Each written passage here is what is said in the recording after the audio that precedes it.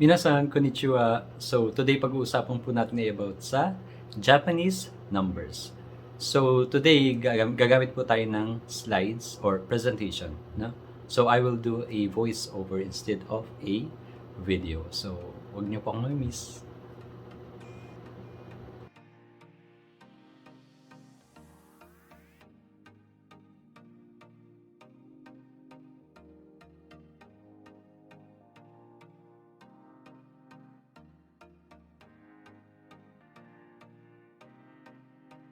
I'm back.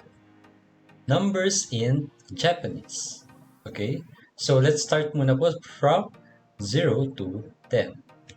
0 is 0 or rei. 0 or rei. 1 is ichi. Ichi. Okay? 2 is ni. Ni. 3 is sang. Sang. 4 is yong. Yong. Or shi. Okay, kung mapapansin po natin, yung 3 na sang ay at 4 na yong, yung N niya sa dulo is pinopronounce as NG. Okay? Sang. Yong. Okay? So, sa natural accent talaga, sang, yong, okay? Pero, for the sake of generalization na lang, no? Sang or yong. So, naiintindihan naman po parehas. Okay? Number 5 is go. Go. Okay? 6 is roku. Roku. Okay? 7 is nana. Nana. Or shi. Shi. Shi. Okay? So, kung mapapansin nyo, hindi po shi, chi, kundi shi. Okay? Nawawala na po yung I ng SHI. Okay? Shi. Shi. Mabilisan lang po. 8 is hachi. Hachi. Okay? 9 is kyu or ku. 10 is ju. Ju. So, kung mapapansin nyo si number 9, okay? At saka si number 10, kyu, ju. So, dalawang syllable sila. Okay? So, let's start from the beginning. 1 is ichi. 2 is ni. 3 is sang. 4 is yong or shi. 5 is go. 6 is roku. 7 is nana or shi. 8 is hachi. 9 is kyu or ku. 10 is ju. Okay? So, isa-isa pong mawawala yung bar ng kada number. So, let's try to memorize na. Hi. 4. Ano nga po yung 4? Yong or shi. Okay? Next. 7. Ano po yung 7? Yes. Nana or shi. Okay? Next is 9.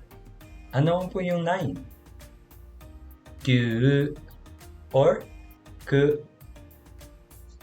Next is, dali lang po. 1 is ichi. Okay? Next is 10. Ano nga po yung 10? Ju. Okay? 5 is yes. Go. Go. 2 is ni. Ni. Okay? 8 is hachi. Hachi. 3 is san. San. 6 is roku. Roku. Okay? So, 1, 2, 3, 4, 4, 5, 6, 7, 8, 9, or 9, and 10. So, dadako naman po tayo sa 11 to 19. Okay? So, basically, 11 is equals to 10 plus 1. Okay? So, si 10, ano nga po si 10? Yes, it's 10 plus 1 is ichi. Ichi. Okay? So, ang 11 po ay 11. 11. Okay? So, 11 is 11. Paano naman po yung 12? Yes. 12. 12. Okay? And then, 13 is 13. 14 is 14 or 14. 15 is 15. Okay? 16 is 16. 16. Okay? 17 is 17. 17. Or 17. 17. 18 is 18. 18. Okay? 19 is 19. 19. Or 19. 19. 11 is 11. 12 is 12. 13 is 13. 14 is 14 or 14. 15 is 15. 15. Okay? 16 is 16. 16. Okay? 17 is 17 or 17. 18 is 18. 18. And 19 is 19. 19. Okay?